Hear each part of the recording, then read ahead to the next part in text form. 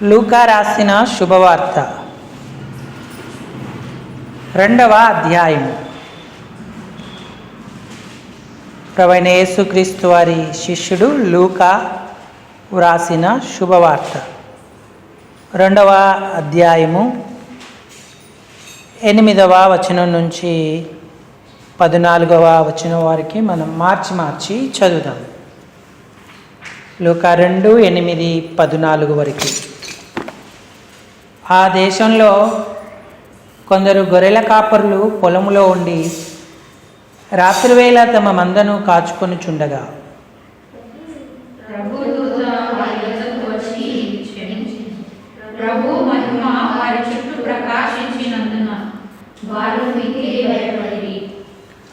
అయితే ఆ దూత, భయపడకుడి, ఇదిగో ప్రజలందరికీ కలగబోవు మహా సంతోషకరమైన సువర్తమానం నేను మీకు తెలియజేయుచున్నాను.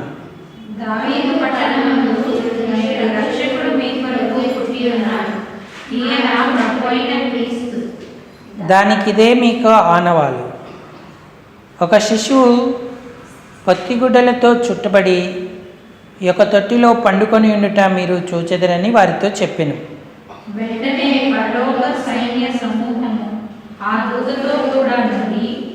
14వ వచనం అందరం చదువుదాం. బిగ్గరగా చదవండి, స్పష్టంగా చదవండి, అందరికీ వినబడేటట్టుగా చదవండి.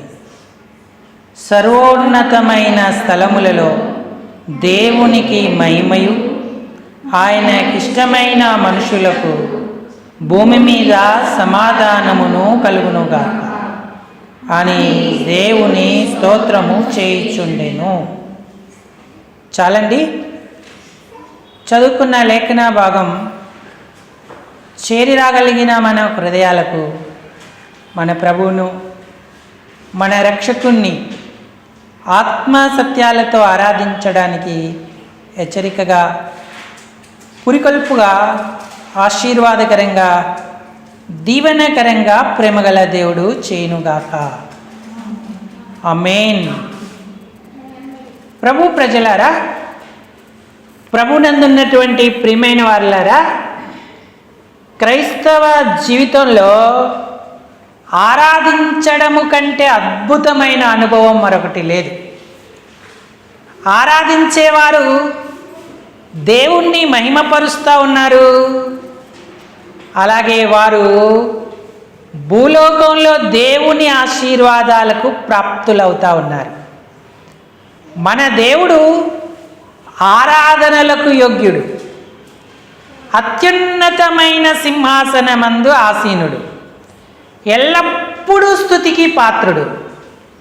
మనము స్తోత్రించుటకు ఆయనే కారణభూతుడై ఉన్నాడు. అలాంటి ప్రశస్తమైన దేవుణ్ణి మనము ఎరగాలి. ఆయన ఏమై ఉన్నాడో గ్రహించి మనకేమి చేశాడో దానిని బట్టి స్తుతిస్తూ కృతజ్ఞతాస్తుతులు ఎల్లవేళలా చెల్లించాలి. ఆయన నామాన్ని మహిమపరిచేటువంటి వారంగా ఉండాలి. మరి 2025వ సంవత్సరం 12వ మాసంలో మనం అడుగుపెట్టాం. ఈ 7వ దినం దేవుడు మనకు మొదటి పునరుద్ధాన దినముగా, ఈ నెల ప్రభు దినముగా మనకు అనుగ్రహించాడు. మరి ఈ దినం ఆయన ఆరాధించడానికి మనం సిద్ధపడి వచ్చామా? మనమే కాదు, సార్వత్రిక సంఘం, ప్రపంచంలో ఉన్న అందరూ కూడా ఈ నెలను ఒక ప్రాముఖ్యమైన, ప్రత్యేకమైన నెలగా గుర్తిస్తారు. ఈ సీజన్ క్రిస్మస్ సీజన్గా ప్రకటింపబడింది. అలాగే కొనసాగుతూ ఉంది. ప్రపంచమంతటా ఉన్న దేశాలు, సంఘాలు అందరూ కూడా ఈ నెలలో ప్రభువైన యేసుక్రీస్తు యొక్క జన్మమును జ్ఞాపకం చేసుకొని ఆయన మహిమపరుస్తూ ఉంటారు. ఈ సీజన్కి దేవుడే రీజన్ అయి ఉన్నాడు, క్రీస్తే కారణమై ఉన్నాడు. కాబట్టి అలాంటి గొప్ప ధన్యత మనకిచ్చిన ప్రభువుని మనం హృదయపూర్వకంగా ఆరాధించాలి. ఆరాధన ఎంత శ్రేష్టమైనదో గ్రహిస్తే మనం ఎప్పుడు ఆరాధన మానం. ఏదో ఆదివారం 4 పలుకులు ఆలయంలో స్తుతించడమే కాదు, ప్రతిదినం ప్రతి క్షణం కూడా కృతజ్ఞతా భావముతో విరిగి నలిగిన హృదయంతో జీవించడమే నిజమైన ఆరాధికుడి యొక్క లక్షణం. కాబట్టి దేవుని పిల్లలంగా మనం ఎంతగా ప్రభువును ఆరాధిస్తూ ఉన్నాం. మనం చదువుకున్న లేఖన భాగంలో ప్రభువైన యేసుక్రీస్తు వారు జన్మించిన తర్వాత 4 గుంపులు ఆయనను ఆరాధించాయి. అందులో మొట్టమొదట ఆరాధించిన గుంపు దేవదూతల గుంపే. రెండవది గొర్రెల కాపరులు ఆరాధించారు. మూడవది సుమయోను ప్రవక్తి అయిన అన్న ఆరాధన చేసింది. 4వది జ్ఞానులు ఆరాధన చేశారు. అంటే ఆయన జన్మ సందర్భమున, జన్మ సమయమున కొంతకాలానికి పిదప జరిగినటువంటి ఆరాధనలు ఇవి. మొట్టమొదట ఆయన ఆరాధించేటువంటి ఆధిక్యత దేవదూతలకే దొరికింది. పరమున వారు నిత్యము ఆయనను స్తుతిస్తున్నారు. పరిశుద్ధుడు పరిశుద్ధుడు పరిశుద్ధుడు అని కొనియాడుతూ ఉన్నారు. కానీ ఆ దేవుడు ఈ లోకానికి శరీరధారిగా వచ్చినప్పుడు వారే మొట్టమొదట ఆయనను ఆరాధించడానికి ముందుగా కనబడుతున్న వారిలా మనం చూస్తూ ఉన్నాం. ప్రభువైన యేసుక్రీస్తు వారు మరి ఆయన బేత్లెహేములో జన్మించిన తర్వాత కొందరు గొర్రెల కాపర్లు పొలంలో ఉండి రాత్రి వేళ కాచుకుంటున్నారు. ఆ మందను కాస్తూ ఉంటుంటే ప్రభు యొక్క దూత వారి యొద్దకు వచ్చి నిలిచాడు. ప్రభు యొక్క మహిమ వారి చుట్టూ ప్రకాశించింది. వారు మిక్కిలి భయపడిరి అన్నాడు. అక్కడ ఒక గొప్ప వెలుగు కనబడింది. గొర్రెల కాపర్లు మరి భయపడిపోయారు. ఏంటి సడన్గా ఈ గొప్ప వెలుగు అంటే అక్కడ ఆ దూత వాళ్ళతో చెప్తా ఉన్నాడు, భయపడకుడి, ఇదిగో ప్రజలందరికీ కలగబోవు మహా సంతోషకరమైన సువర్తమానము నేను మీకు తెలియజేయుచున్నాను అన్నాడు. ప్రజలందరికీ ఒక శుభవార్త కోసం నేను ఇక్కడికి వచ్చాను, అది మీకు తెలుపుతున్నాను. దావీదు పట్టణమందు నేడు రక్షకుడు మీ కొరకు పుట్టి ఉన్నాడు, ఈయన ప్రభువైన క్రీస్తు అని వారికి చెప్పాడు. మరి ఆయన ఎట్లా గుర్తుపట్టాలా? దానికి ఇదే మీ కానవాలు.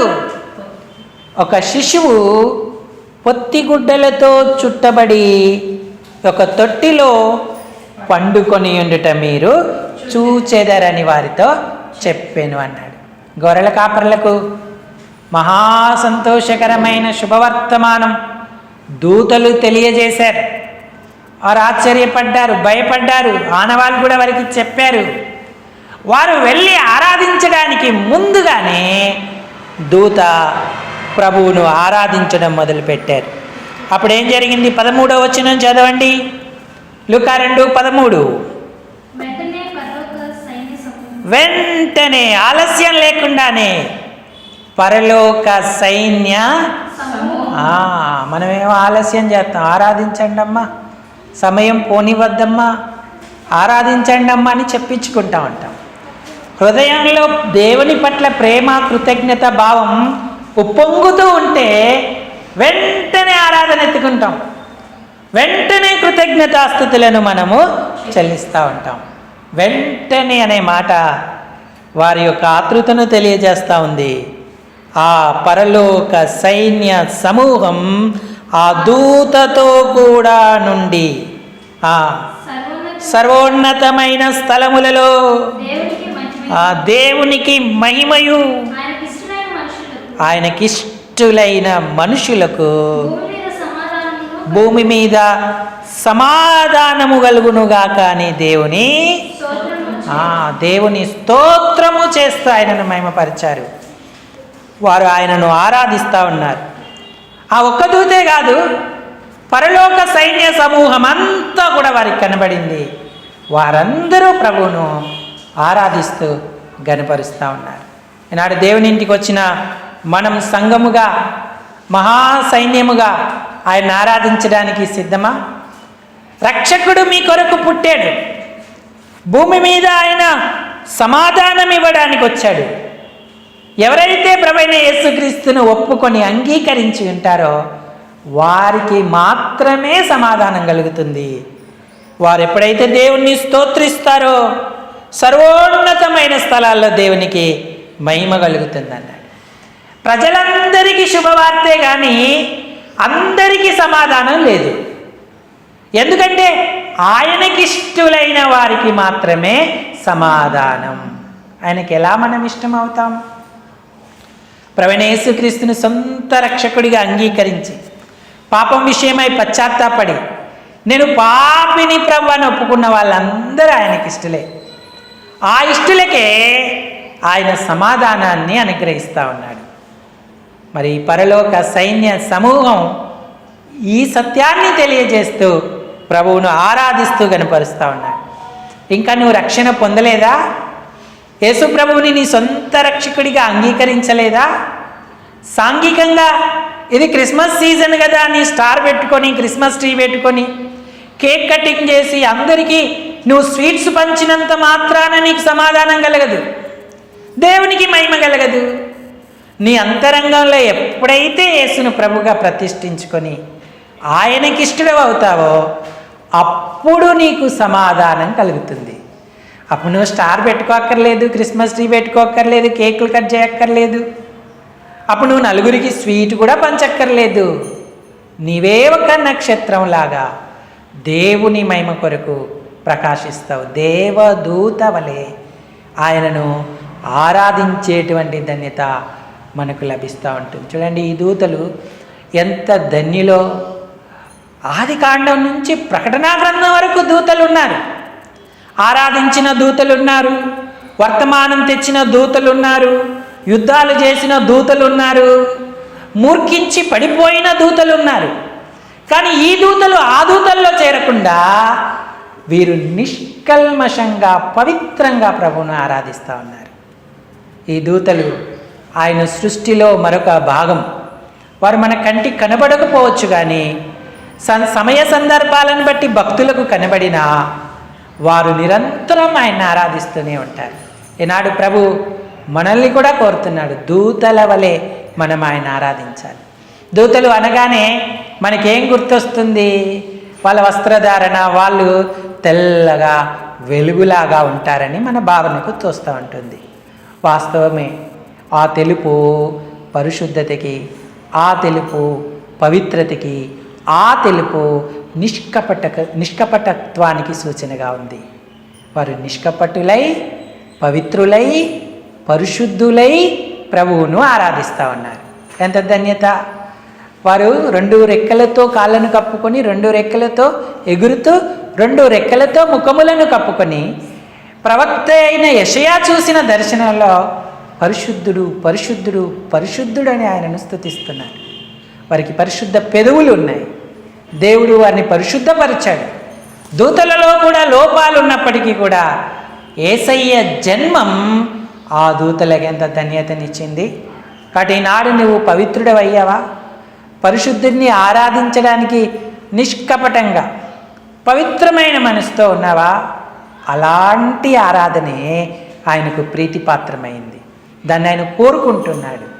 అలాగే ఎప్పుడైతే నా రక్షణ కొరకు తండ్రి పశువుల పాకలో ఒక తొట్టిలో నువ్వు పరుండబెట్టావు, జన్మించావు, నేను నీకేమి ఇవ్వగలను ప్రభువా? నా రక్షకుడివిగా పాపి అయిన నన్ను పరిశుద్ధపరిచావు, పవిత్రంగా నీ రక్త ప్రోక్షణతో దినదినము జీవించే కృపనిచ్చావు, నిష్కపటంగా నేను సేవించే ధన్యతనిచ్చావు. నేను నీకు ఏమి ఇవ్వగలను తండ్రి? ఈ క్రిస్మస్ అందరికీలాగా కాకుండా నిన్ను సమీపించి నీకు నిజంగా కృతజ్ఞతలు చెల్లించే భాగ్యం ఇచ్చావు. అందరి వలె సీజన్లో సాంఘికంగా నామార్థకంగా కాక దేవా నీకు సమీపమై ఆరాధించే ఆధిక్యతనిచ్చావు. నేను నీకేమి ఇవ్వగలను ప్రవ్వా? ఇదిగో ఈ నా విరిగి నలిగిన హృదయంతో ఈ సంవత్సరం ఇచ్చిన ఈ కృపకై హృదయమారా నీకు కృతజ్ఞతలు అంటూ ఈ కొద్ది తలంపులతో మన ప్రభువును మనం ఆరాధన చేద్దాం. దేవుడి తలంపులను దీవించునుగాక.